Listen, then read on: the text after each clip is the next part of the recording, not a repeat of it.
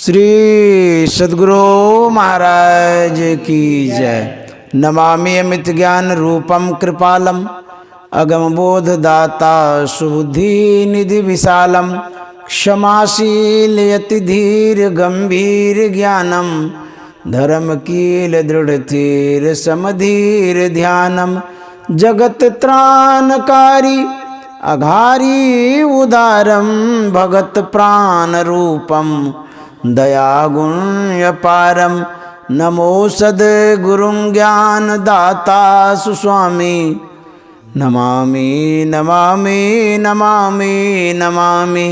श्री सद्गुरु महाराज की जय। परमाराध्य सद्गुरु महाराज गुरुदेव महर्षि संत सेवी परमहंस जी महाराज देवघर के देवतुल्य सत्संग प्रेमी महानुभावों माता एवं बहनों, हम लोग श्रीमान विनोद सिंघानिया बाबू के आवास पर सत्संग कर रहे हैं। यह सौभाग्य का समय है जब द्रवहि दीन दयाल राघव तब साधु संगति पाइए, और जब साधु संगति पाइए तब जहि दरस परस समागमादिक पाप राशि नसाइए। संत महात्मा का जब दर्शन होता है, दर्शन के बाद जब उनके वचनों का श्रवण होता है, जो संतवाणी सुनाते हैं, गुरुवाणी सुनाते हैं, उनको सुनकर के जब हम जीवन में उतारते हैं तब पाप राशि नसाइए। सभी पापों का शमन होता है, समाप्तिकरण होता है। तो संत दर्शन करना चाहिए, संत महात्माओं के करीब जाना चाहिए। उनकी नैसर्गिक आभाएं मिलती हैं, उसका एक अलग प्रभाव होता है। एक घटना है प्राचीन काल की। प्राचीन काल अरस्तु के समय की बात है। उसी समय एक महात्मा सुकरात हुए थे। तो महात्मा सुकरात बड़े विख्यात थे, लोग दूर दूर तक उनको जानते थे। तो जब अरस्तु ने सुकरात को जाना तो मिलने की इच्छा हुई। किसी के प्रभाव को जब आप जानते हैं तो उनके करीब आप जाना चाहते हैं। कोई भी चीज़ हो, जैसे मान लीजिए मोबाइल है, 50,000 का मोबाइल है आपके कमरे में, आप सड़क पर चले गए हैं तो आप उस मोबाइल के प्रभाव को जान करके तुरंत सड़क पर से दौड़ते हुए घर आएंगे, मोबाइल के करीब चले जाएंगे। क्यों? कोई ले ना ले, उतना महत्वपूर्ण चीज़ है, इधर उधर खो न जाए। तो जिसके प्रभाव को आप जानते हैं उसके करीब आप पहुंचते हैं। व्यक्ति का प्रभाव, वस्तु का प्रभाव, किसी के गुण को जब आप जानते हैं तो, जैसे आपका ये घर है, घर इतना सुंदर है, व्यवस्थित है, आप इस घर को छोड़ना नहीं चाहते हैं। क्यों? कि इतना बढ़िया से बनाए हैं, समय लगा के बनाए हैं, संपत्ति लगा के बनाए हैं, छोड़ कैसे सकते हैं? कोई इस घर को बेघर न करे, हर वक्त ख्याल रखते हैं।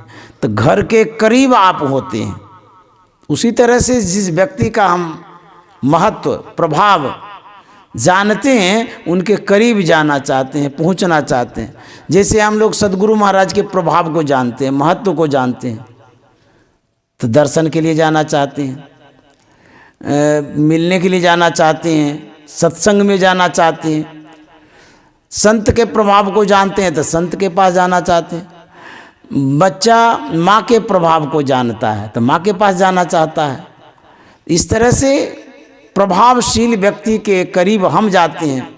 कौन? जो जानता है उस प्रभाव को, महत्व को। तो जब अरस्तु ने जाना तो मिलने की इच्छा हुई। कुछ मन में जिज्ञासा भी रखा कि जाएंगे तो अमुक अमुक बातें पूछेंगे, जिज्ञासा रखेंगे, समाधान पाएंगे उनसे। लेकिन मानव के अंदर में एक आलस्यपन भी होता है। जबकि आलस्य को कहा गया आलस्या ही नाम महान रिपु।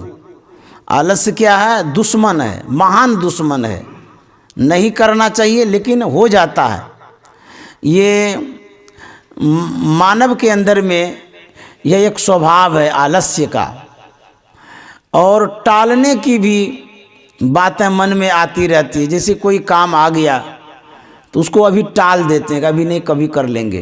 टाला टूली वाली भी बातें मन में आती रहती है। तो अरस्तु के मन में था मिलने का, लेकिन सोचा कभी क्या है, मिल ही नहीं लेंगे, देर कर दिए। पल में परलय होएगा, बोरी करेगा कब? एक क्षण में क्या हो जाएगा कोई ठिकाना नहीं है। इसीलिए सुबह से शीघ्रम, शुभ काम को शीघ्र कर लेना चाहिए। अरस्तु ने जो टाल दिया, समय बदल गया, परिस्थितियां बदल गई, घटना घट जाती है। क्या? सुकरात संजोग से किसी कारण से जेल चला जाता है।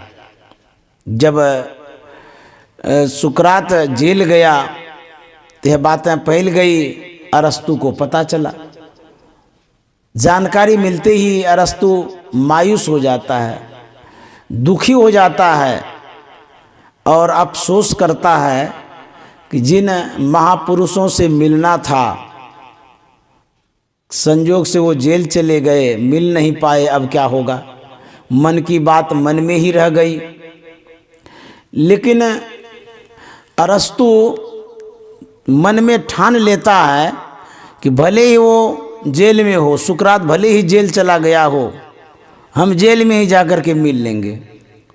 जब स्नेह होता है तो वो कहीं भी मिल सकता है। प्रेम सखी तुम करो विचार, बहुरी न आना यही संसार, प्रेम खेलन माँ यही स्वभाव, तू चली आओ कि मोहे बुलाओ। यदि आपको मिलना है तो आप चले जाइए, अथवा जिनसे आपको स्नेह है उसके पास आना जाना लगा रहता है, चले जाइए या चले आएंगे। अरस्तु मिलने के लिए चलता है। मन में ढेर सारी जिज्ञासाएं थी, गुनावन करते जा रहा है, विचारते जा रहा है, संकल्प विकल्प करते जा रहा है, जा ही रहा है। और मन में सुकरात मिलन की आशाएं हैं, सुकरात से मिलन का ख्याल आता रहता है। जहाँ आसाता है बासा साधो मन का यही तमाशा। आप जिन पर ख्याल लगा के रखते हैं उनसे आपका तार जुड़ता है, एक कनेक्शन हो जाता है। जैसे मान लिया जाए आप एयरटेल का कनेक्शन ले लिए, उस कंपनी से आप जुड़ गए हैं तो उसका जो नेटवर्क है वो आप तक काम करता है। जिस कंपनी से आप जुड़ते हैं उसका नेटवर्क आपको मिलता है और उससे लाभ मिलता है।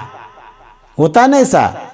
उसी तरह से जिनको आप ख्याल में लाते हैं, किसी वस्तु या व्यक्ति को जिसको ख्याल में लाते हैं, उनमें जो गुण है, जो प्रभाव है, जो शक्ति है, वो आप में आती है। अब होता क्या है, सुकरात से मिलने के लिए जा ही रहे थे, मन में ख्याल था ये पूछेंगे वो पूछेंगे, ऐसा पूछेंगे उनसे पूछेंगे। होता क्या है, मन इतना एकाग्र हो जाता है सुकरात पर अरस्तु का कि सुकरात की जो आभाएं थी, जो आभाएं जेल से बाहर निःसृत हो रही थी, निकल रही थी, तो जब अरस्तु एक सीमा में जाता है, किस सीमा में? सुकरात के नैसर्गिक आभा की जो सीमा थी, उस सीमा में जैसे ही प्रवेश करता है वैसे ही इनके शंकाओं का समाधान होना शुरू हो जाता है, ऑटोमेटिक। तो जब समाधान शुरू हो गया तो अरस्तु को ये तो पता नहीं चल रहा है कि हो कैसे रहा है, आश्चर्य भी कर रहा है कैसे हो रहा है। जो जो जिज्ञासाएं मन में लिए हुए था, सभी जिज्ञासाओं का समाधान सुकरात के करीब जाते जाते ही हो गया। अब अरस्तु के मन में एक जिज्ञासा रह गई कि आखिर ये समाधान हुआ तो कैसे, यही बात पूछ लेंगे। गए जेल में, जहाँ पर मिला जाता है कैदियों से, वहाँ गए। जब सुकरात को खबर मिली कि अरस्तु मिलने आए हैं, बड़ी खुशी हो गई, वो भी आए मिलने के लिए। अब आपस में दोनों से बातचीत हो जाती, आप कैसे आए, आप कैसे आए। तो अरस्तु ने जितनी घटनाएं थी सब बता दिया कि आपसे मिलना चाह रहे थे, लेकिन संजोग से हम आ नहीं पाए, देर हो गई, आप जेल आ गए, फिर भी हमको रहा नहीं गया। हम सोचे जेले में मिल जाएंगे, मिल लेंगे, इसीलिए मैं आपसे मिलने के लिए जेल में आया हूँ। लेकिन हमारे अंदर में बहुत सारी जिज्ञासाएं थी, उसका भी समाधान हम आपसे कराना चाहते थे। इन जिज्ञासाओं का समाधान स्वतः ऑटोमेटिक रास्ते में हो गया। अब मेरी एक जिज्ञासा रह गई है, उसका आप समाधान कर दीजिए। तो सुकरात ने पूछा, क्या जिज्ञासा रह गई है? अरस्तु कहता है, जिज्ञासा यही रह गई है कि हमारे अंदर में जितनी जिज्ञासाएं थी उसका समाधान कैसे हो गया, इसका आप समाधान कर दीजिए। यह सुनकर के सुकरात ने कहा था, महात्मा सुकरात ने कहा था, किसी भी प्राणी के अंदर में नैसर्गिक आभा होती है, चाहे वो जानवर हो, मानव हो, साधारण हो, भगवान कोटि को हों या संत महात्मा हों, कोई भी जो प्राणी है, व्यक्ति है, उसके अंदर में नैसर्गिक आभा होती है। वह आभा इर्द गिर्द घूमती रहती है। जो जिस प्रभाव के व्यक्ति होते हैं उसके अंदर में वैसी आभाएं होती है और उतनी दूर तक वो आभाएं जाती रहती है। आपका जो समाधान हुआ इसका कारण यही है कि जब आप हमारे आभा के क्षेत्र में आए, सीमा में आए, जैसे ही आभा के सीमा में आप प्रवेश किए तो संत की आभा, साधु की आभा में जो आप आए, इसीलिए आपका समाधान हो गया। तो आपके अंदर में आध्यात्मिक जिज्ञासा थी, तो साधु महात्मा के अंदर में कैसी आभाएं होती हैं? ज्ञान की, ध्यान की, सदाचार की, शिष्टाचार की, ईश्वर भक्ति की, साधना की, योग की, यही सब तो आभाएं रहती है। तो उस आभा का एक प्रभाव होता है। जिस व्यक्ति के अंदर में जो गुण होता है उसका एक प्रभाव होता है, वह प्रभाव डालता है। जैसे कि आपके घर में यदि अभी हीटर लगा दिया जाए, बहुत पावर का हीटर, तो शायद इस घर को तो गर्म कर ही देगा, बरामदे में भी वो गर्मी चली जाएगी, यदि दरवाज़ा खुला है तो बाहर भी चली जाएगी गर्मी। तो जिस हीटर को आप जला रहे हैं उसमें जितना पावर है उस हिसाब से वो गर्मी, ऊष्मा प्रदान करता है और वो उतनी दूर तक जाता है। उसी तरह से साधु महात्मा के अंदर में जो आभा होती है, जिस क्वालिटी के, जिस क्वांटिटी का आभा, क्योंकि क्वांटिटी भी तो होता है, उसकी आभाएं उतनी दूर तक होती है। जो विशेष महापुरुष होते हैं, जो सच्चे संत होते हैं, उसकी आभा बहुत दूर तक फैलती रहती है। तो उन्होंने कहा, जो हमारी नैसर्गिक आभा के अंदर में आप आए, इसीलिए आपका समाधान हो गया।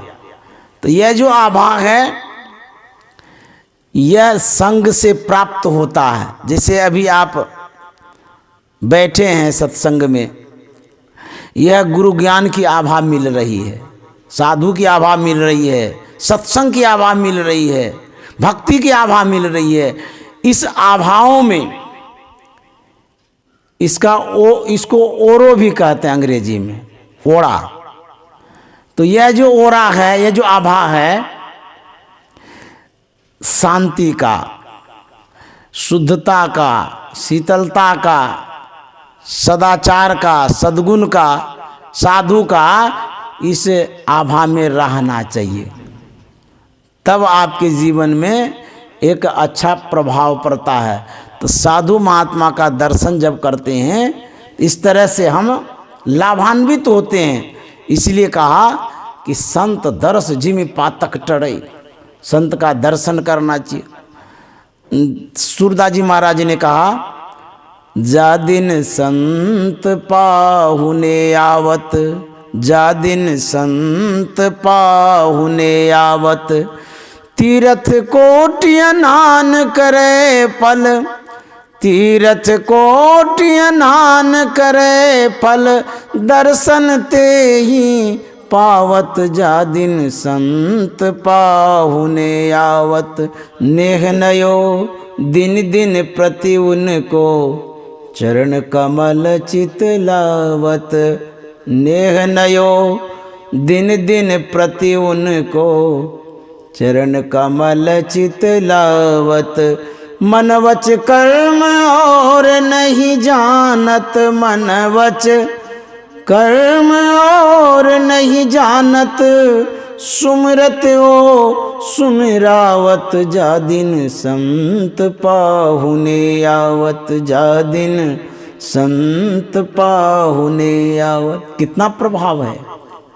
कहता जिस दिन संत आपके दरवाजे पर आता है, आपके घर पर आता है, जिस दिन आप उनका दर्शन कर पाते हैं, कहते हैं बहुत बड़ा फल मिलता है। तीर्थ कोटि स्नान करे, करोड़ों तीर्थों में आप स्नान करते हैं, करोड़ों तीर्थों में आप दर्शन करते हैं, उन करोड़ों तीर्थों का जो फल होता है, एक क्षण संत का दर्शन से वह फल मिलता है।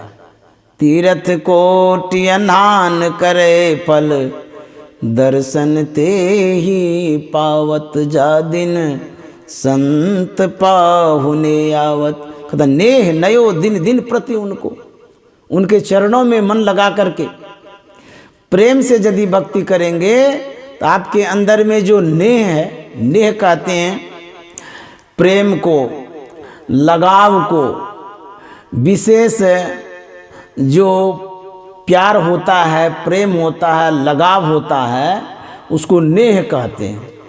नेह नयो दिन दिन प्रति उनको नया नया नेह उत्पन्न होता है, अर्थात नया कोई नया नहीं, बल्कि नेह पर नेह उत्पन्न होता है, प्रत्येक क्षण स्नेह उत्पन्न होता है। अर्थात जैसे माता को यदि पहली संतान की प्राप्ति होती है, बच्चे को गोद से उतारना नहीं चाहती, कितना प्यार होता है, कितना स्नेह होता है बच्चे के प्रति, छोड़ना ही नहीं चाहती।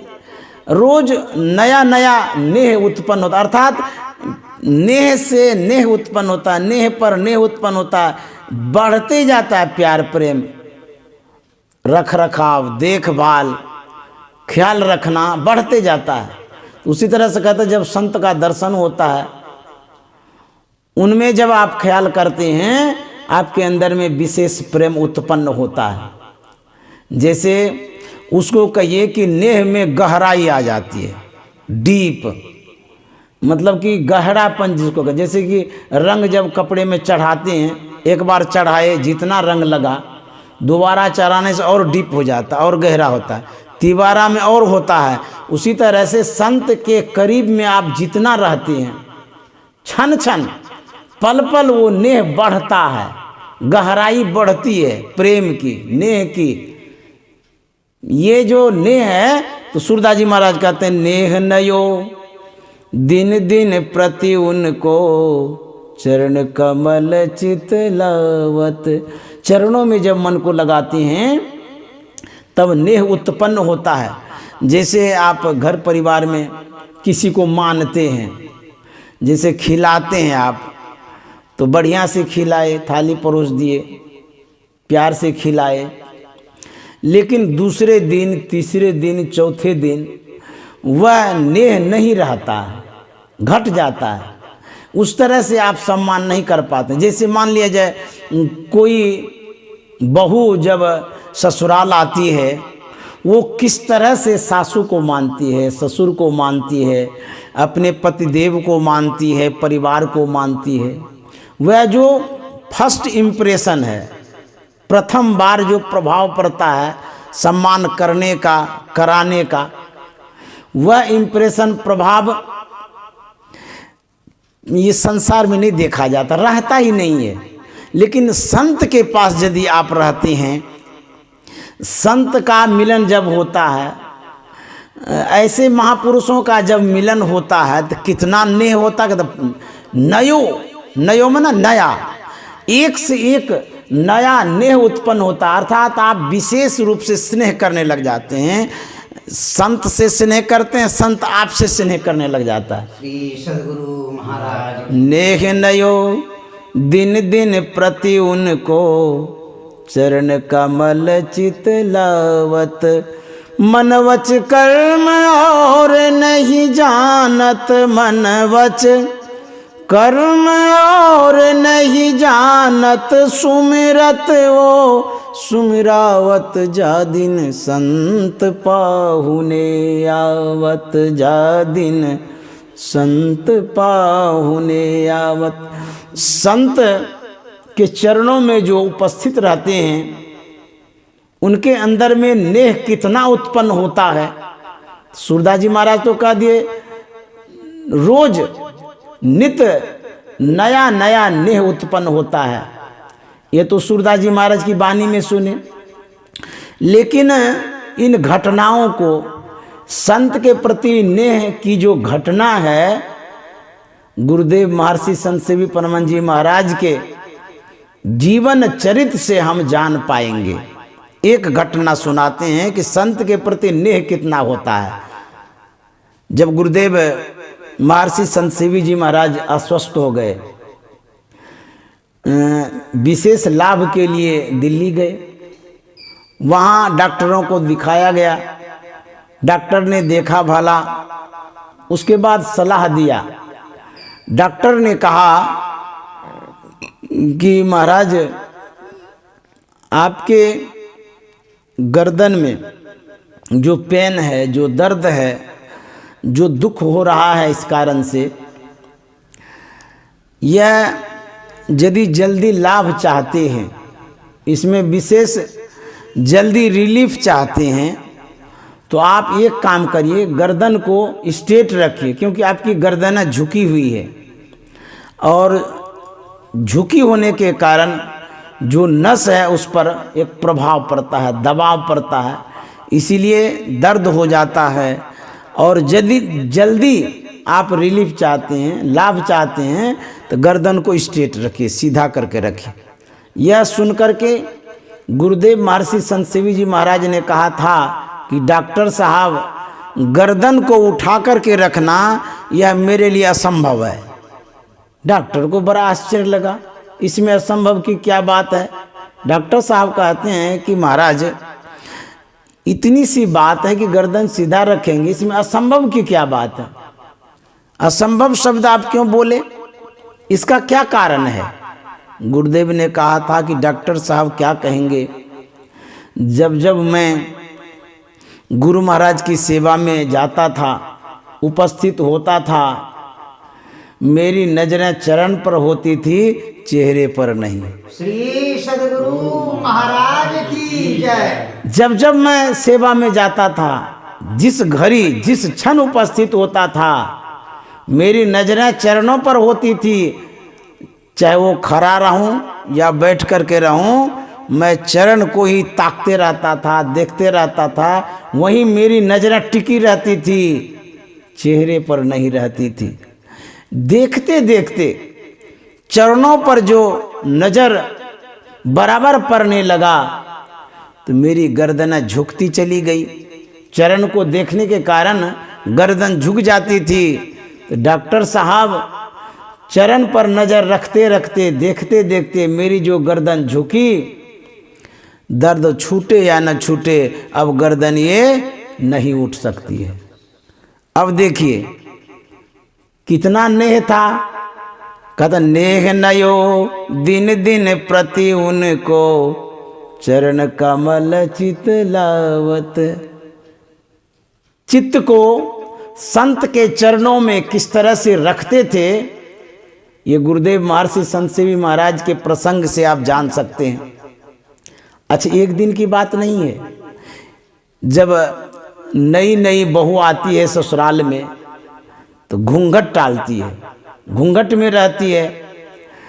हमारे समाज का ये रीति रिवाज भी है। बड़े बुजुर्ग के सामने पर्दे में नई बहुएं रहा करती हैं। तो यह एक परंपरा है, नियम भी है। लेकिन मैं जानना ये चाहता हूँ आप लोगों से, वह बहू जो नवविवाहिता है, ससुराल आई है, कितने दिनों तक घूंघट में रह सकती है, रहती है।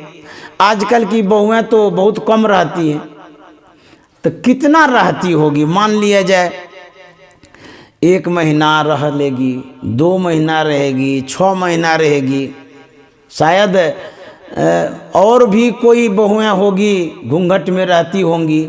लेकिन जब बाल बच्चा होने लगता है सब घूंघट हट जाता है।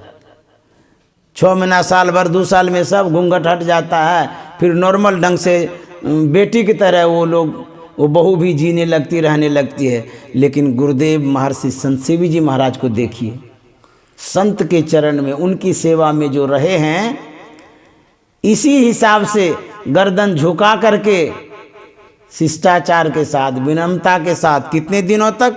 उनके जीवन चरित्र में लिखा हुआ है 40 वर्षों तक इस तरह से, इस भाव में वो रहे, उनकी गर्दन झुकी रही।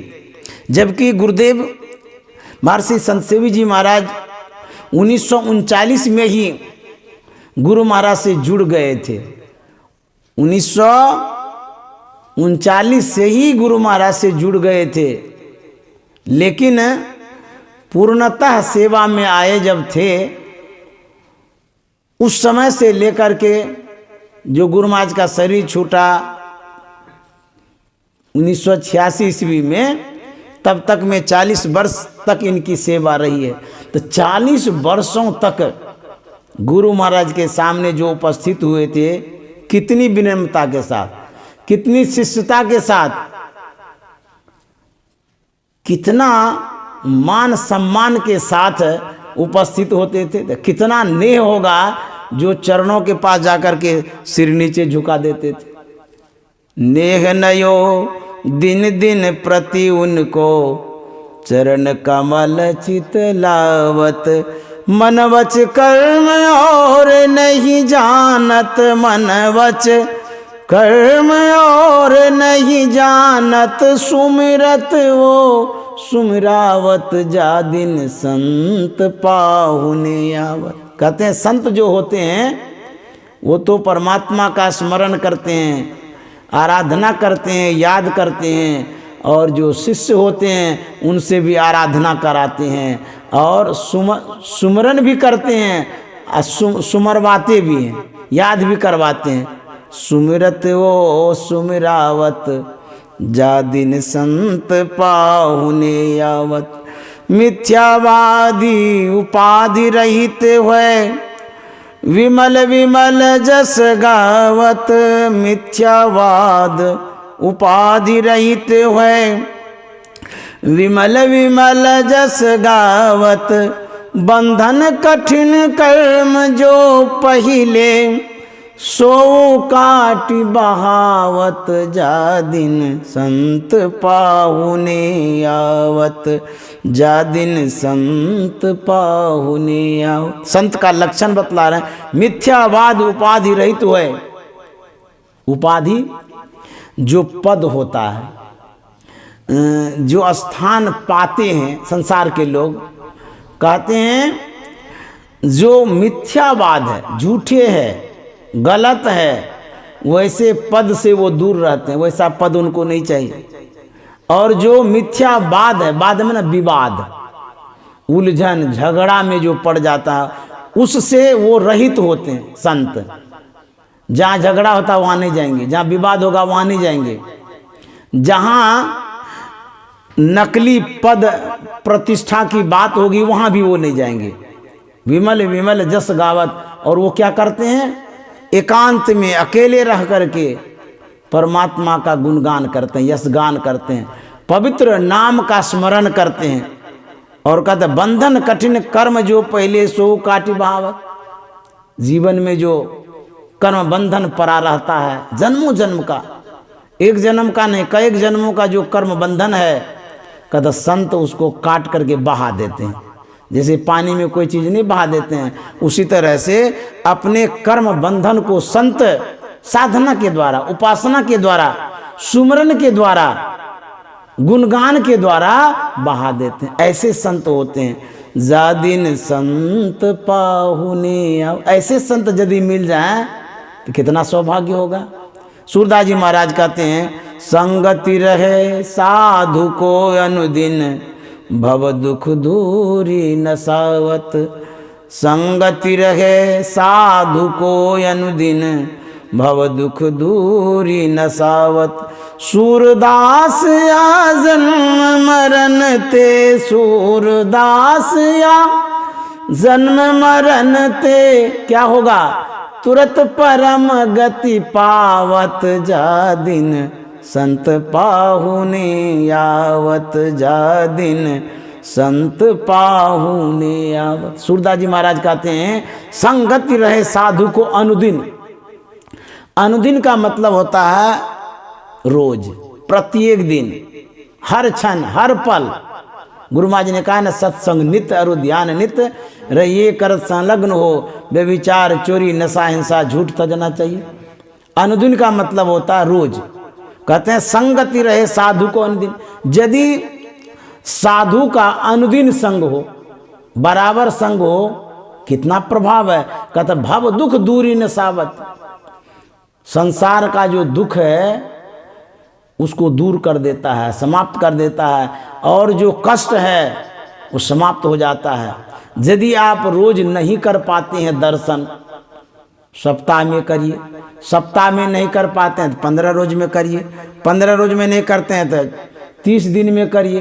30 दिन में नहीं होता तो 6 महीना में करिए। 6 महीना में नहीं होता है तो साल में करिए।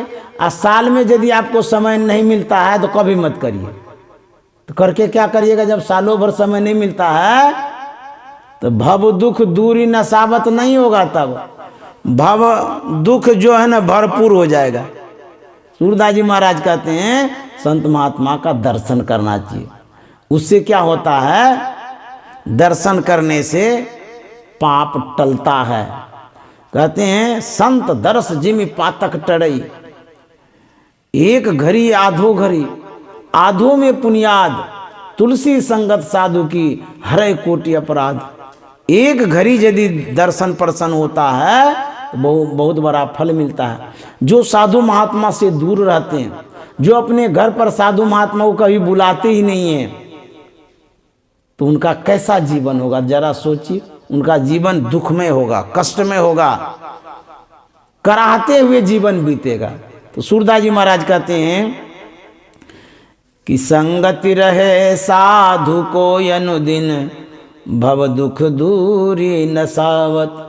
सूरदास या जन्म मरण ते, सूरदास या जन्म मरण ते, तुरत परम गति पावत जा दिन, संत पाहुने आवत जा दिन, संत पाहुने आवत।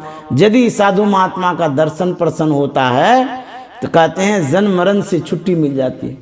और क्या होता है, इसका ऐसा फल होता है, तुरंत परम गति पावत। एक क्षण में परम गति मोक्ष मुक्ति को मिल सकती है यदि सच्चे सदगुरु मिले तो।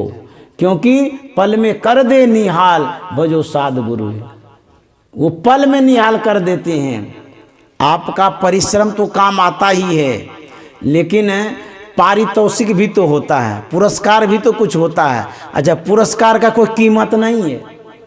परिश्रम आप करते हैं, मेहनतना आपको मिल जाता है, मजदूरी आपको मिलती है, लेकिन परिश्रम में यदि एक निष्ठता है, ईमानदारी है, परिश्रम में यदि आपका विशेष मेहनत लगा हुआ होता है तो जो मालिक होता है वो आपको पुरस्कृत करता है कि नहीं नहीं, इसको मेहनताना तो देवे किए हैं, ये बहुत अच्छा इंसान है, अच्छा आदमी है, इनको पुरस्कार भी दीजिए। उसी तरह से यदि आप ध्यान करते हैं, सत्संग करते हैं, भजन करते हैं, साधु महात्मा का दर्शन प्रसन्न करते हैं, तो इससे क्या होगा, ध्यान करने से आप परिश्रम कर रहे हैं, संत महात्मा के दर्शन करने से इसका फल होता है।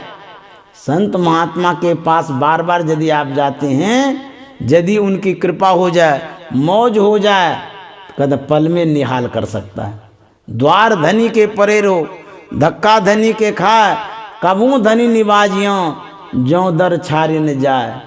कहते हैं संत महात्मा के दरबार में परे रहिए, कितना भी दुख कष्ट हो सहते रहिए, कभी भी कबू धनी निवाजियों, कभी भी दया कर देंगे तो वो निहाल कर देंगे। तो इस तरह से सूरदास जी महाराज कहते हैं संत का ये प्रभाव है। संत कैसे होते हैं, सुंदरदास जी महाराज ने लक्षण बतलाया है। धूलि जैसो धन जाको, सूली सो संसार सुख। धूलि जैसो धन जाको, सूली सो संसार सुख।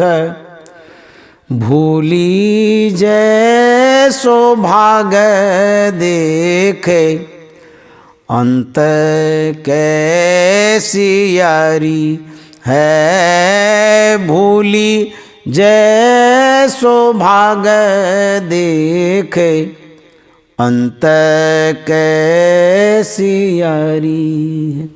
संत का लक्षण, संत का जीवन, संत का जो चरित्र होता है, वो सुंदरदास जी महाराज के अनुसार कहते हैं संसार की जो वस्तुएं होती है, चाहे कोई भी चीज़ हो, पैसा हो, रुपया हो, धन हो, संपत्ति हो, संत की दृष्टि में धूल के समान है। अर्थात रुपया में आसक्ति नहीं, धन में आसक्ति नहीं, किसी भी चीज़ में आसक्ति नहीं। वो सोना रहे कि बांस का टोना रहे, उस सबको बराबरी समझते हैं। चाह गई चिंता मिटी, मनमा बेपरवाह, जाको कछु न चाहिए सोई शहंशाह। ऐसे संत होते हैं, उनके अंदर में आकांक्षा, इच्छाएं नहीं रहती है, चाहनाएं नहीं रहती है, वो उन सब से ऊपर उठे रहते हैं। जो मिल गया खा लिए, जिस स्थिति में है रह लिए, विशेष चाहनाएं नहीं होती है। कहते ऐसे संत होते हैं। एक महात्मा था, विरक्त महात्मा, उनके पास कुछ भी नहीं था, न घर था, न मकान था, न कोई व्यवस्था थी, लेकिन वो 2 टोकरी रखे हुए थे, बड़ी बड़ी 2 टोकरियाँ थी। जहाँ जाते थे सिर पर उठा करके चल देते थे। जाते जाते जाते जहाँ उनको रुकना होता था, रात्रि गुजारना होता था, तो वो क्या करते थे, वो टोकरी एक नीचे में रखते थे, उसी टोकरी में वो महात्मा बैठ जाते थे और दूसरी टोकरी ऊपर से ढक लेते थे। तो उसी टोकरी में वो रात दिन जब भी गुजारना होता था तो गुजार देते थे। एक दिन किसी की नज़र पड़ी तो महात्मा से पूछा कि महाराज आपका आवास कहाँ है? तो महात्मा ने कहा मेरा आवास तो यही टोकरी है।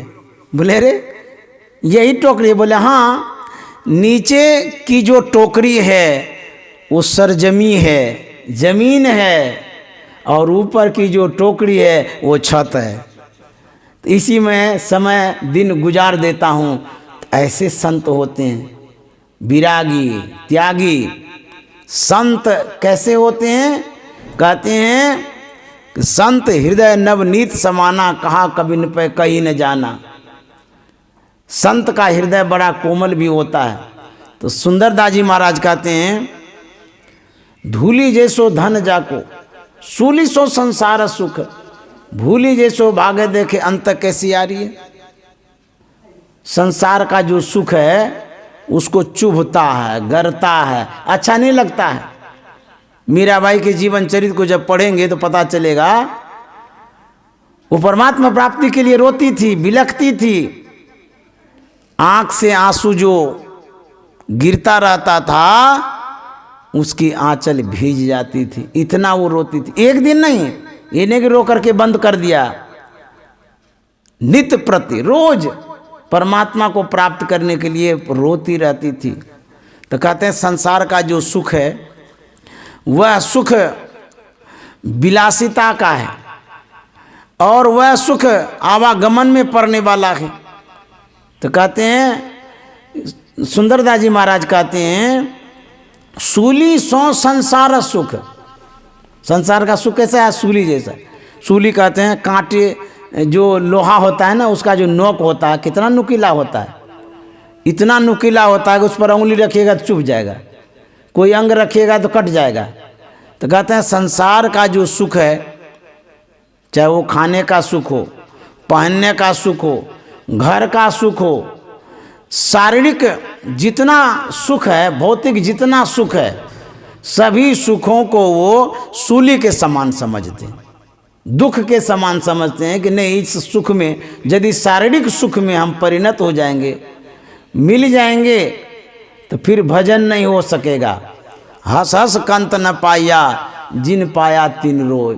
तुलसी साहब के जीवन को यदि जानिएगा तो पता चलेगा, जंगल में रहते थे, हाथरस के किला में रहते थे, उभर खाबर जमीन में रहते थे, गाछ के नीचे रहते थे, तो क्या करते थे?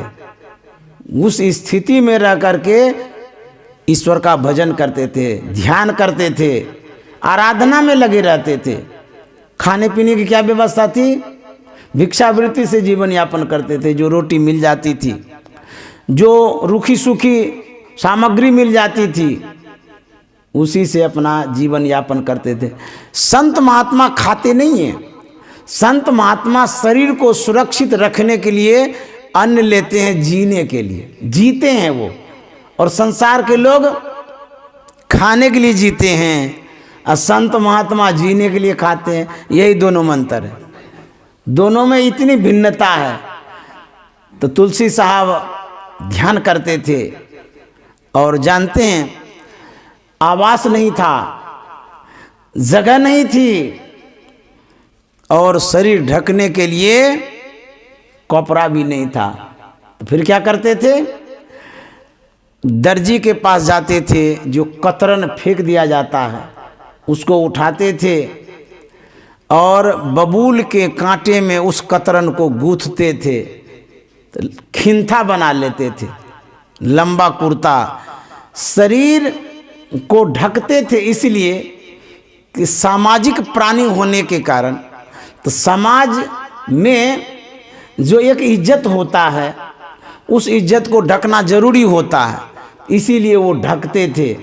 इस तरह से कपड़ा पहनते थे और साधना करते थे, रात रात भर जग करके ध्यान करते थे। अब बाबा देवी साहब का सुनिए। बाबा देवी साहब कितने बड़े साधक थे, ध्यानी थे, जानते हैं?